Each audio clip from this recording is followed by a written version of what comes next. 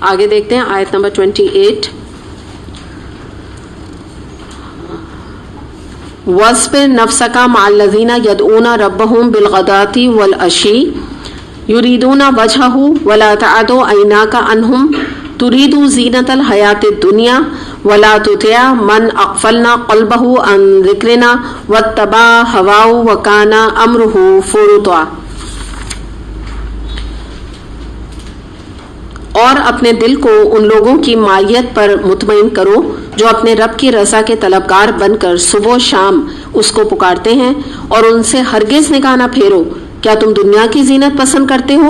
کسی ایسے شخص کی اطاعت نہ کرو جس کے دل کو ہم نے اپنی یاد سے غافل کر دیا، اور جس نے اپنی خواہش نفس کی پیروی اختیار کر لی، اور جس کا طریقہ کار افراد اور تفرید پر مبنی ہے. بہت اہم آیت ہے یہ سورہ کہف کی. بہت اس کے اندر آپ سمجھیں کہ ہر آیت میں نا بہت لیسنس موجود ہیں، بہت ڈیپتھ ہے. تو تھوڑا تھوڑا کر کے اس کو دیکھیں گے. سب سے پہلے ہم یہ دیکھتے ہیں کہ پہلی بات یہ کہی جا رہی ہے نبی کریم صلی اللہ علیہ وسلم سے ماحول کے حوالے سے. تو پہلا تھوڑا سا ماحول کے حوالے سے بات دیکھ لیتے ہیں کہ دیکھیں اچھا ماحول، برا ماحول، اچھی صحبت، بری صحبت، یہ انسان کے اوپر بہت ڈیپ امپیکٹ ڈالتی ہے. یاد رکھیے گا یہ معمولی بات نہیں ہوتی. جو میں نے ابھی آپ کو ایک افادیت یہاں قرآن پڑھنے کی بتائی، اس میں ایک بہت بڑا رول ادا کرتا ہے آپ کی اچھی صحبت، لائک مائنڈیڈ لوگ. آپ سب ایک ذہن کے لوگ یہاں الحمدللہ بیٹھے ہوئے ہیں قرآن پڑھ رہے ہیں. یہ چیز بڑا کاؤنٹ کرتی ہے آپ کے عمل میں اور آپ کی آگے سمجھیے آخرت، دنیا اور آخرت کی کامیابی میں. پھر ہم یہ دیکھتے ہیں کہ آپ دیکھیں کہ ایک بڑا گرین سا بڑا خوبصورت سا پودا ہے، اس کو آپ اٹھا کر ایک سورج جس اس کے اوپر پڑ رہا ہے، بڑی اچھی ہوا آ رہی ہے اور بارش ہو رہی ہے، آپ پانی وہاں پہ مالی ڈالتا ہے، آپ نے ادھر سے اٹھایا اور اس کو ایک بالکل بند اندھیرے کمرے میں رکھ دیا، جو کہ عموماً ہمارے سٹورز ہوتے ہیں. اگر آپ نوٹ کیجئے اسٹور میں کھڑکی ہونی چاہیے، لیکن مجھے سمجھ نہیں آتا ہمارے سٹورز میں کھڑکی ہی نہیں ہوتی ہے زیادہ تر، ہے نا، ایسے ہی ہوتا ہے. تو ایسی کوئی جگہ آپ سمجھے کہ جہاں ایک کھڑکی بھی نہیں، وہاں آپ نے رکھ دیا. 2 دن کے بعد جب آپ جائیں گے آپ کو کس حال میں ملے گا پودا؟ مرجھایا ہوا. تو اسی طرح انسان جب بری صحبت میں رہتا ہے تو اس کا جو ایمانی لیول ہے، یا آپ کہہ لیجیے اس کے ایمان کا پودا اسی طرح مرجھانے لگتا ہے، اسی طرح مرجھا جاتا ہے. اور اندھے دل، اندھیرے والے دل جب انسان کا ہو جاتا ہے تو وہ انسان کا اندھا دل اور اندھیرے والا دل، اندھیرے سے بھرا ہوا دل انسان کے ایمان کو بالکل گریجولی ایک وہ کیڑا سا نہیں لگ جاتا، اس طرح کھا جاتا ہے. جیسے ایک پودے کو کیڑا لگ جائے تو اسے ختم کر دیتا ہے. اچھا، اب آپ دیکھیں آپ کسی روشن دل والے لوگوں کے ساتھ بیٹھیں، یعنی مراد اچھی صحبت ہے. اچھی صحبت والے لوگوں میں اگر آپ بیٹھیں تو ان کا آپ کا جو دل ہے ان کے ایمان کے نور سے منور ہو جائے گا. آپ تھوڑی دیر ان سے بات کریں گے، آپ کا دل خوش ہو جائے گا، اور انسان کے اندر ایک اور خواہش، ایک موٹیویشن، ایک اچھا کام کرنے کی طلب ہونے لگتی ہے، عمل کرنے کی طلب ہونے لگتی ہے. اپنا کام انسان کو کم لگنے لگتا ہے، انسان کا دل چاہتا ہے اور کرے. انسان کہتا ہے یہ اتنے اچھے، یہ تو دیکھو یہ بھی کر رہے ہیں، یہ فلاں بھی کر رہے ہیں. جیسے بہت یہ کمپٹیشن، میں ہمارا جو مارننگ کا کورس ہوتا تھا، میں کتنی وہاں پہ لوگوں کو جانتی ہوں، یعنی میرڈ عورتیں بھی تھیں، بچیاں بھی تھیں، کتنوں نے ایک دوسرے کے دیکھا دیکھی اسکارف پہن دیا تھا. پہلی دفعہ جب آئیں تو انہوں نے آ کے جیسے ہمیں بتایا، ہم انچارجز ہوتے تھے نا، ان کی ڈفرینٹ انچارجز ہوتی تھیں، ہال انچارجز، تو ہمیں آ کے بتایا کہ دیکھیں ہم نے آپ کی طرح اسکارف پہن دیا، مثال کے طور پہ. تو یہ جو سینرجی بنتی ہے نا، یہ جو موٹیویشن ہوتا ہے، تو یہ ایک دوسرے کو دیکھ کے بڑا ہی انسان کے اندر طلب پیدا ہو جاتی ہے. یا ہم جب اسٹوڈنٹ تھے تو ہم اپنی انچارجز کو دیکھتے تھے تو ہم لانگ کرتے تھے کہ یہ والا، ہمارے وقت میں بلو کلر کا اسکارف تھا تو ہم کہتے تھے کب وہ دن آئے گا کہ ہمیں یہ اسکارف ملے. یعنی اسکارف کی بھی بڑی ویلیو ہوتی تھی کہ یہ والا اسکارف ملے، یعنی ہمیں بھی ایک طرح سے یہ پوزیشن ملے. تو یہ جو چیزیں ہوتی ہیں یہ کب آتی ہیں؟ جب آپ ایک ماحول میں بیٹھیں گے. ورنہ گھر میں آپ کو کیا ان چیزوں کی طلب، یا آپ کو ان چیزوں کی اہمیت یا کوئی بات سمجھ آئے گی نا. تو یہی والی چیز ہے، جیسے پہلے بھی ہم بات کر رہے ہیں نا، سمجھیے کنٹینویشن تھوڑا میں لے کے چل رہی ہوں کہ انسان کا بھی دل ہوتا ہے، دماغ ہوتا ہے، یہ تمام چیزیں اور روح بھی انسان کی اچھے ماحول کا اثر قبول کرتی ہے. یاد رکھیں، صرف آپ کا ظاہر ہی نہیں بدلتا، آپ کا دل بھی بدلتا ہے، دماغ کی سوچ بھی بدلتی ہے، آپ کی روح تک اندر بدل جاتی ہے. اور ایک اور بات جو بڑی امپورٹنٹ ہوتی ہے وہ یہ ہوتی ہے کہ جب آپ ایسے اچھے لوگوں میں بیٹھتے ہیں، یہ بھی میں اتفاق سے آج انہیں کا اسٹیٹمنٹس آ رہے ہیں بار بار. نعمان علی خان نے بھی اس کے بارے میں, اچھی صحبت کے بارے میں یہ کہا تھا کہ جب میں اچھی صحبت کے لوگوں میں بیٹھتا ہوں تو میرے خیالات کا تزکیہ ہوتا ہے, پاکیزہ ہوتے ہیں میرے خیالات, یہ انہوں نے کہا تھا نا. تو اب اس کو میں تھوڑا سا اور مزید ایکسپلین آپ کے سامنے کر رہی ہوں. انہوں نے اتنی بات کی, اب مجھے ایسا اس فیلنگ آتی ہے کہ جیسے دیکھیں جب ہمارا جسم گندا ہوتا ہے, مثال کے طور پہ ہمیں ویسے ہی آپ نے ڈسٹنگ کی, یا گرمیاں ہیں آج کل تو آپ کو حاجت ہوئی اپنے جسم کو صاف کرنے کی, یا پیریڈز کے بعد نہانے کے لیے, تو ان تمام چیزوں میں ہمیں فوراً خیال کیا آتا ہے؟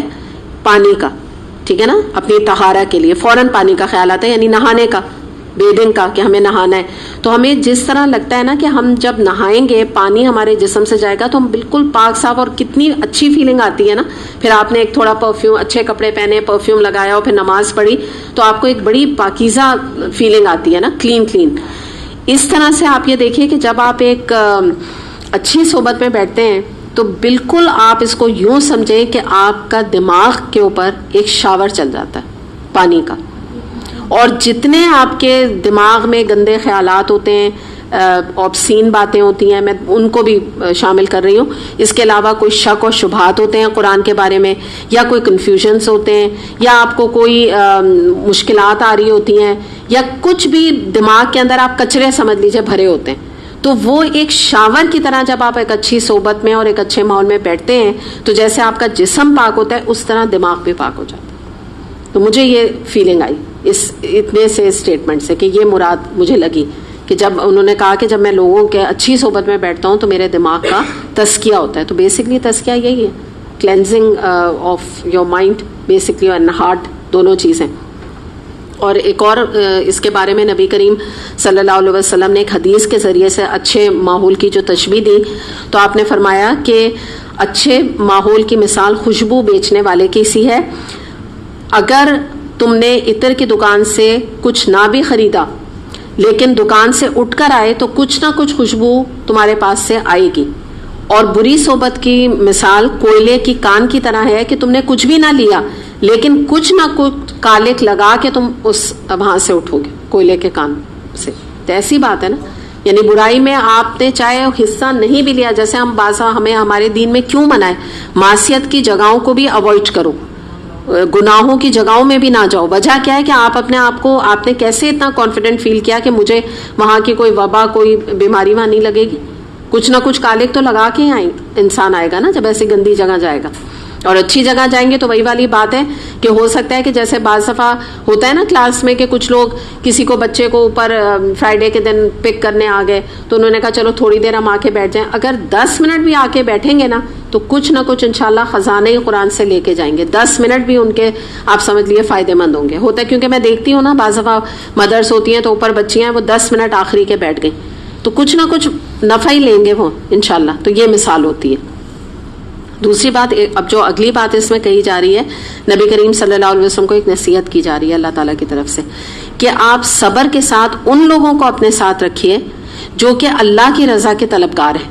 یعنی مراد یہ ہے کہ جو آپ کے صحابہ کرام میں سے, جو مسلمانوں میں سے دن رات اللہ کے لیے اپنے کو کھپا رہے ہیں, دن رات وہ قرآن کا پڑھنا پڑھانے کے لیے آپ کے پاس حاضر ہیں, قرآن سے شغف رکھتے ہیں, قرآن سے محبت رکھتے ہیں, اللہ تعالیٰ سے محبت رکھتے ہیں, نبی کریم صلی اللہ علیہ وسلم سے محبت رکھتے ہیں, تو آپ ان سے نظریں نہ پھیریے, آپ ان کو بالکل اگنور نہ کیجیے, آپ ان کو بہت زیادہ ہائی پیڈسٹل پہ رکھیے, ان کو بہت اچھا ٹریٹمنٹ دیجیے, بہت ان کو ویلکمنگ طریقے سے ان کو ویلکم کیجیے تاکہ وہ اور زیادہ دین کے اوپر, جس کو کہتے ہیں نا کہ اور زیادہ دین کے اوپر آ جائیں اور زیادہ دین ان کے اندر ایبزارب ہو جائے. اور پھر یہ جو بات کہی یہاں پہ کہ وہ صبح شام آپ کو پکارتے ہیں, ان سے ہرگز نگاہ نہ پھیریے. پھر اس کے بعد اللہ تعالیٰ نے یہاں فرمایا کیا تم دنیا کی زینت پسند کرتے ہو. یعنی یہ اب کہا جا رہا ہے, ایسے ایک لوگوں کو مخاطب کر کے کہا جا رہا ہے کہ اے لوگوں کیا تم دنیا کی زینت پسند کرتے ہو. تو یہاں پر یہ بتا دیا کہ کن لوگوں کے, اب جو میں آگے آیات کی کر رہی ہوں, ٹائم اب ختم ہو گیا, انشاءاللہ کل اس کو کریں گے, بس اس کو اینڈ اس طرح کر دیتے ہیں کہ آگے کی آیت میں بتایا جا رہا ہے کہ کن لوگوں کی کمپنی ہمیں اختیار کرنی چاہیے اور کن لوگوں کی صحبت یا کمپنی سے ہمیں بچنا چاہیے. تو وہ کچھ باقاعدہ یعنی ہمیں ایک ٹپس دی جا رہی ہیں کہ کیا لوگوں کو جج کرو کہ ان کے اندر یہ ڈیفیکٹس اگر ہیں تو اٹ مینس کہ ان کی کمپنی تم اختیار نہ کرو، کہیں تم ان کی طرح نہ ہو جاؤ. ٹھیک ہے، تو یہاں تک انشاءاللہ کریں گے. وآخر دعوانا ان الحمدللہ رب العالمین. سبحانک اللہم و بحمدک، اشہد ان لا الہ الا انت، استغفرک و اتوب الیک. السلام علیکم ورحمۃ اللہ وبرکاتہ.